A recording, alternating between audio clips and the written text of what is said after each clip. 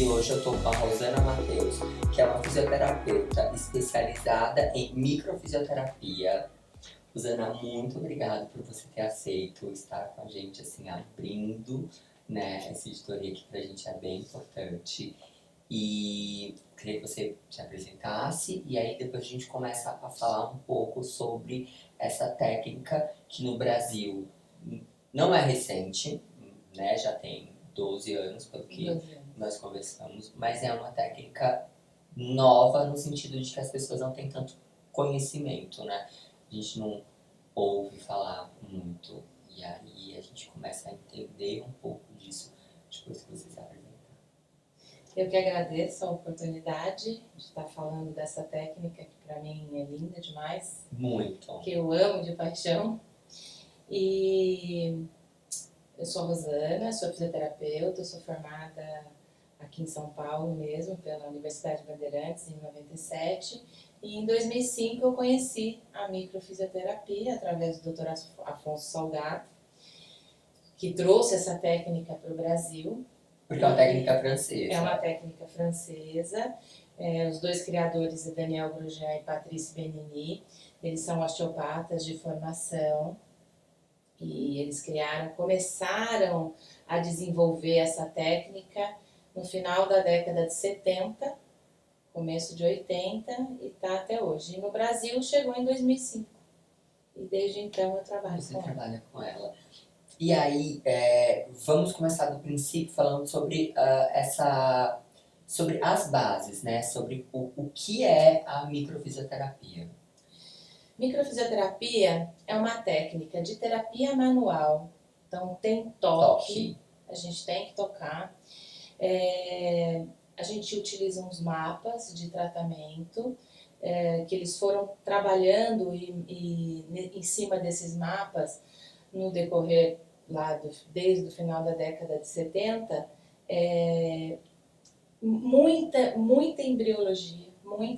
Eles foram estudar mais embriologia e começaram a associar a física quântica, que através dos princípios da holografia, eles foram trazendo essas referências embrionárias, endoderma, ectoderma e mesoderma para a derme. E o que a gente faz é uma leitura do corpo, procurando possíveis restrições nesses tecidos embrionários. Então, só para a gente entender, quando a gente fala de... eu não vou lembrar os termos, né? Derme e epiderme, ok, porque isso faz parte do meu dia a dia. Mas os outros, quando a gente fala quando você fala de tecidos embrionários, você está falando dos tecidos que estão... Logo que fecunda, começa uma divisão celular. Sim. Isso é o que a gente aprende lá atrás. Desde sempre. Então, o óvulo começa a se dividir e eu tenho formação de tecido sanguíneo. Sim. Primeira semana. Segunda semana, eu tenho formação de tecido endoderma, que vão formar todas as vísceras. Tá, era isso que eu queria entender. E o ectoderma, que vai formar todo o sistema nervoso. Tá. Eles se formam praticamente juntos durante a segunda semana. A partir da terceira semana, eles se dividem e começa a formação do mesoderma, que vão formar os músculos, osso, cápsula articular, toda a parte estrutural. Entendi. A organogênese ela vai se completar lá no segundo mês de vida, mas a partir do primeiro mês os tecidos estão prontos. Eles só vão se desenvolver. Essa era uma questão que eu queria esclarecer, porque como a gente está falando com um público amplo, a gente não sabe quem sabe ou quem não sabe disso, por exemplo. Então é interessante. E é interessante explicar para que a gente comece a entender todo esse processo, já que a gente está entendendo a base do tratamento, da terapia, enfim. Uhum. É legal que a gente entenda como é que isso funciona. Então isso foi bem esclarecido e, nossa, é muito então, e aí interessante. Eles pegaram toda essa embriologia, associaram os princípios da física quântica, que estava começando lá, os princípios da holografia, Sim. que do pequeno eu consigo ter o todo. Eles pegaram a menor porção inteira do ser humano e eles foram traçando esses mapas, trazendo essas referências embrionárias para a derme. Então, o que a gente faz é uma leitura do corpo da pessoa através desses Esses mapas, mapas. procurando possíveis restrições, que na verdade são proteções que o seu organismo vai colocar diante de um evento ou de uma situação vivida, seja um problema emocional, seja uma toxina, toda droga, seja ela lícita ou ilícita, ela pode vir a deixar uma marca. Sim.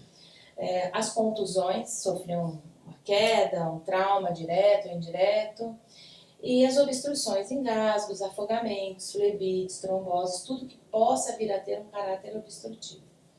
Não é tudo que o organismo vai precisar se proteger. Às vezes a gente vai sofrer uma perda, vai sofrer, vai chorar, mas ele não vai precisar fazer nenhuma proteção. Porque aquilo naturalmente vai ser... O corpo vai... está bem. Entendi. Então, não é que ele vai vezes... expelir, mas é como ele está alinhado e protegido, isso não vai fazer a disfunção dele. Exatamente. Eu não vou... Eu gosto de usar a analogia de um gotejamento de água num copo, né? Sim. Então, às vezes eu tenho uma perda, seja ela financeira, seja ela emocional, mas o estômago não está bem. Então o organismo fala, olha, não está legal. Então ele vai lá e põe uma proteção. É uma gotinha dentro desse copo. Passa 3, 4 anos, eu preciso tomar um medicamento.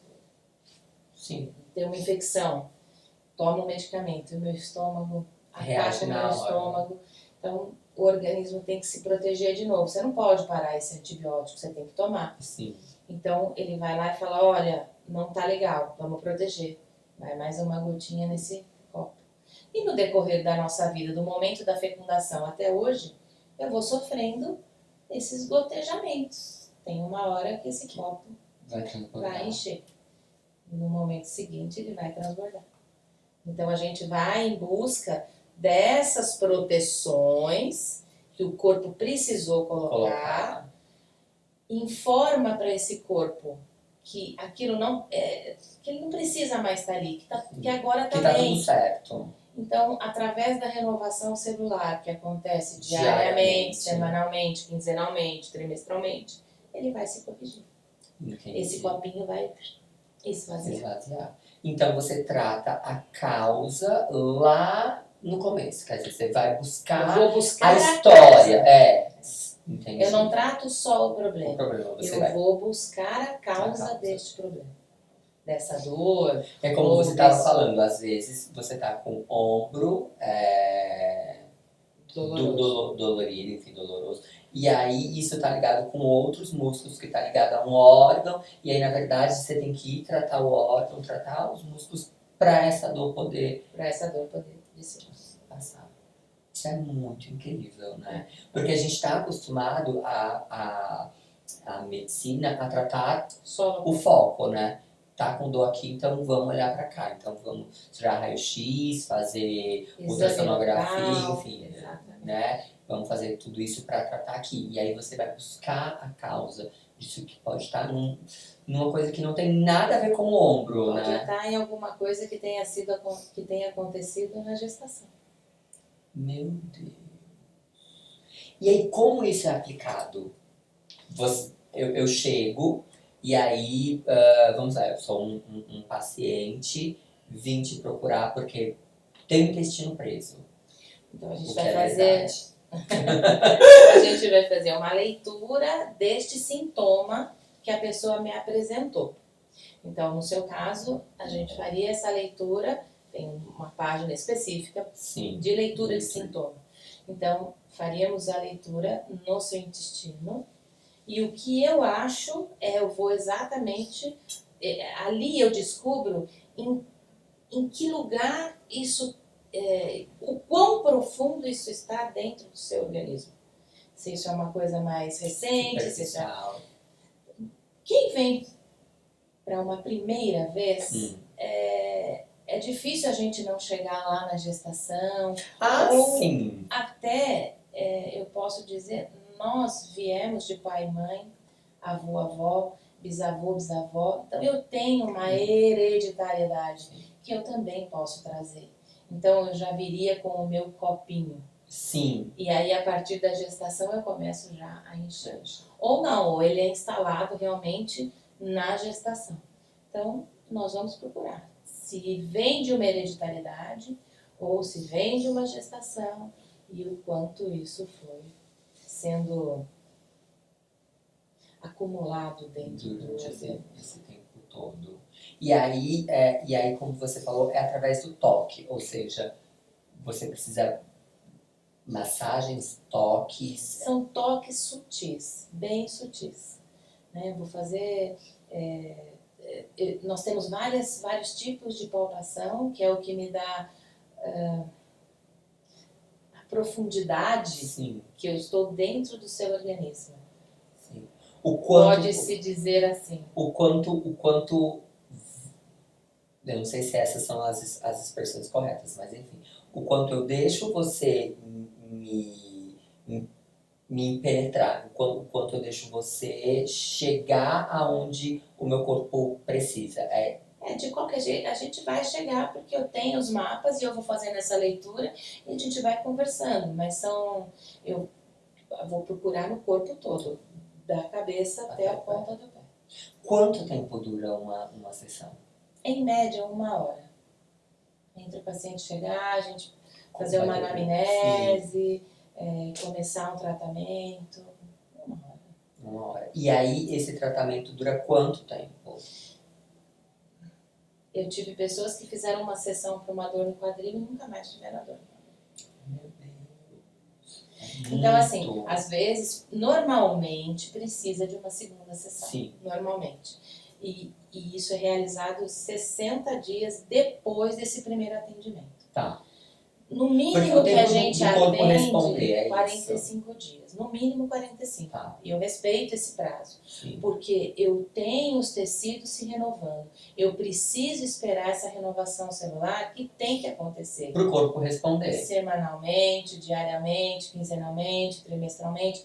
Cada tipo de tecido atingido, ela tem uma renovação celular. Células ósseas levam 9 meses no mínimo entre nascer e morrer. Todo dia nasce, todo dia morre. Mas ela leva um prazo maior. Células intestinais, 48 horas, é rapidinho. Meu Deus, é muito rápido. Depende, algumas células, 48 horas. Nossa, por isso que a gente come alguma coisa e evacua. É muito rápido. Essa renovação ela é mais rápida. Entendi. Células sanguíneas, hemácias, 3 meses. Elas duram entre nascer e morrer 3 meses. E aí qualquer sintoma pode ser tratado? Qualquer, até um sintoma emocional.